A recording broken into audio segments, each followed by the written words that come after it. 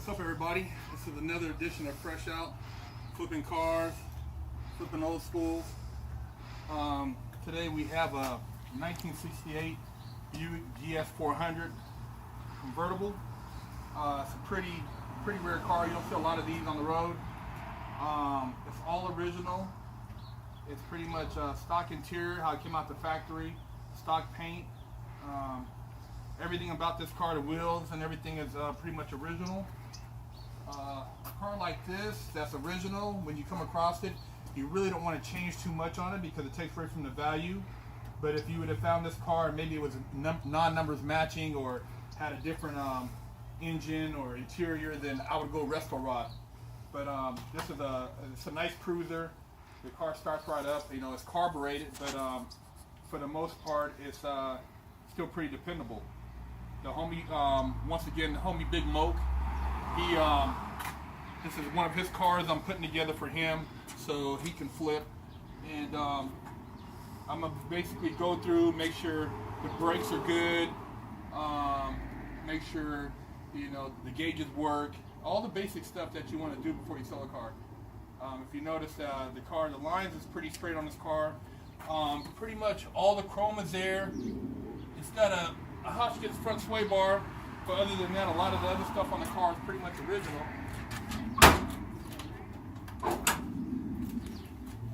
See, it's got the original AC on it, 350.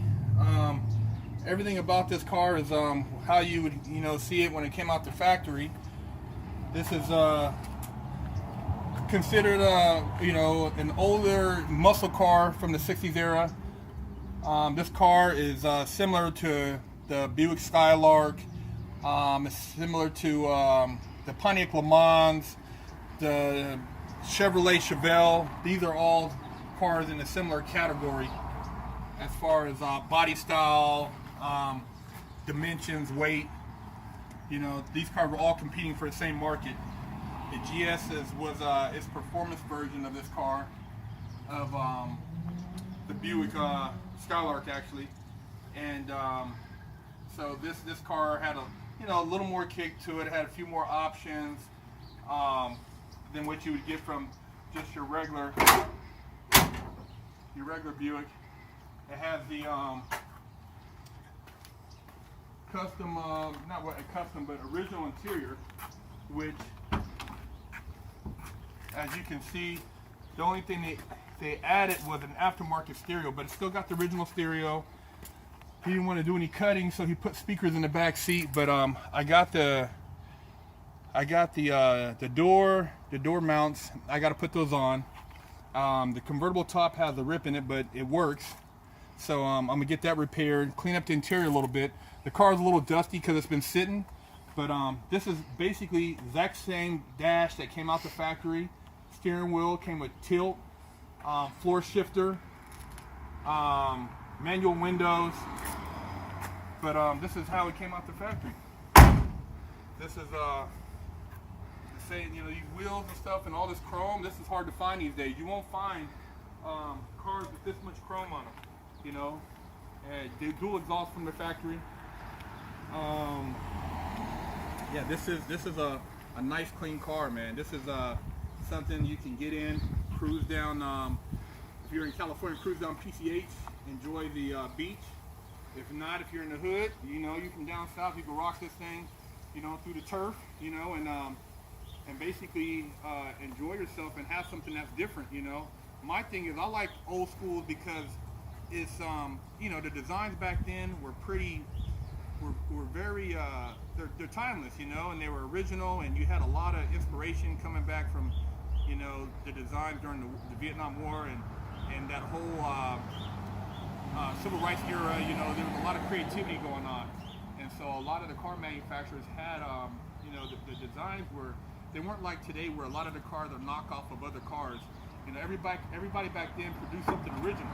So this design really stood out, and you know, people liked it. You know, this was a clean car that you could put 4 people in and comfortably take a road trip and not have to worry about sitting on top of each other. Starts right up. You know, it's old school right here like butter, man. You give them a little love and give them love back. So yeah, this is a car like this probably goes anywhere from, depending on the condition, 15 to 30,000. I mean, a car in this condition, you're looking at probably 24,000.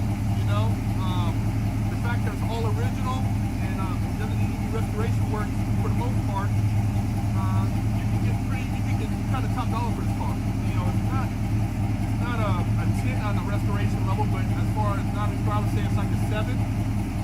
Which, you know, to a collector, you know, this is something they can, you know, collect and enjoy.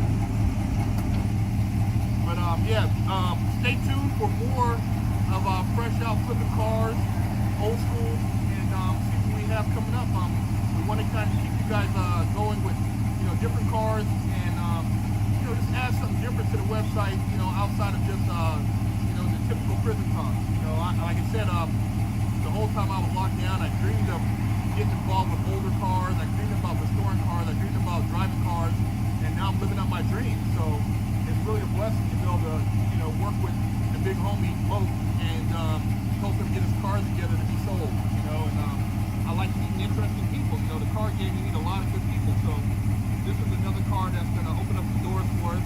And I hope you guys stay tuned and support. You know, and you know, we appreciate your comments. So, all right, y'all, I'm out.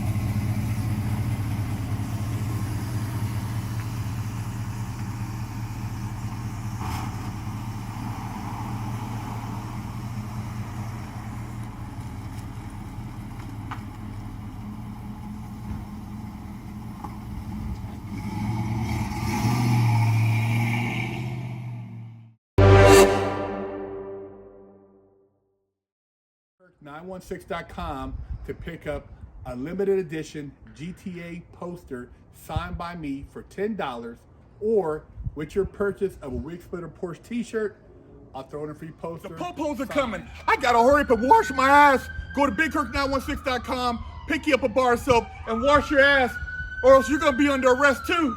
Oh shit.